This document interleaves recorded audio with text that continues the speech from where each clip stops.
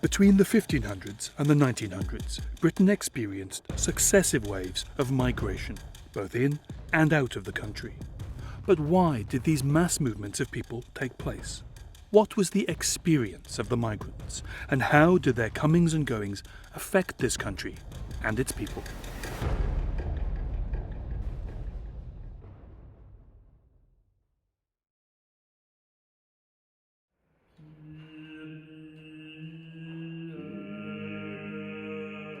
Archaeologists are unearthing thousands of skeletons as part of the excavations to build a new railway line right across London. This woman lived around 350 years ago. Now, we don't know very much about her or about the 3,000 other people whose remains were found alongside hers, but archaeologists here at Museum of London Archaeology might soon know if she was one of the hundreds of black people who were living in London at that time. Evidence shows an African presence here as far back as Roman times. That's 2,000 years ago. But why did they come here, and what were they doing? I've come to the National Archives in Kew to meet an historian who's researched the lives of 200 black people, all of whom lived here in Britain in the 1500s.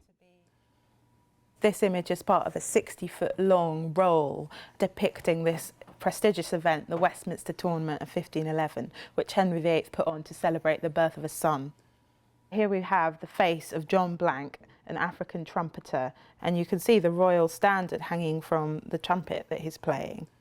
And the trumpeters were really important at tournament. You can imagine they have to herald the arrival of every new jouster onto the field. Sometimes if you were an ambassador, you would travel around Europe with a trumpeter to announce your important arrival. We have records of him being paid wages. We have a petition from John Blank asking for a pay rise. So he's writing to the king saying, I want more money. That's right.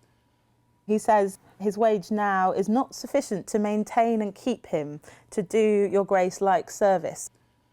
And does Henry sign? Yeah, so right here you can see this faint signature. So this is a professional musician. He's in the court of the king. Many of the black people living in Britain who'd migrated here would have been a much lowlier status. Is that right? Yes, most of the individuals we have records for are in domestic service. But not all of them. In London we find Africans working for a seamstress, for a beer brewer. We know that there was a needle maker in Cheapside in the 1540s. We also know of a silk weaver in Southwark in the 1590s called Reasonable Blackman. Both of those individuals were within the cloth trade, which was the main trade in England at that time. And how many do we know of in Britain in the 1500s? Well, I've found over 200 in the 1500s in this country, in parish registers, in tax returns, in documents like these, in letters, in diaries, in court records, and I think there are probably many more that are still to be discovered. From the 700s, the Moors of North Africa created an empire by taking over kingdoms in the lands now known as Spain and Portugal. 300 years later, the Spanish and the Portuguese began reclaiming these settlements. The last reconquest was in 1492. By 1502, Spanish and Portuguese ships were transporting enslaved Africans from the Iberian Peninsula and newly created bases on the North and West African coasts across the Atlantic to South America. English privateers intercepted those cargoes, bringing them to England. Other Africans arrived here through various routes, some employed in the households of royalty and merchants from southern Europe, others journeying from North and West Africa. Tell me about this document and what it tells us. This is another African. In this document, Jack Francis is giving testimony in a court case in the High Court of Admiralty. His master, a Venetian merchant called Peter Paolo Corsi, has been accused of theft, and they're accusing Corsi of stealing tin from a ship called the St. Mary and St. Edward. What's the significance of the fact that Jack Francis is clearly giving evidence in court? Not everybody was able to give testimony in a court of law. In England, we still have serfs or villeins who were a medieval feudal hangover. If you were the lord of the manor, a landowner, that land would come with workers who were tied to the land or tied to you personally as the lord, and they gave their labour without payment, and they were not allowed to testify in courts of law because they were not free.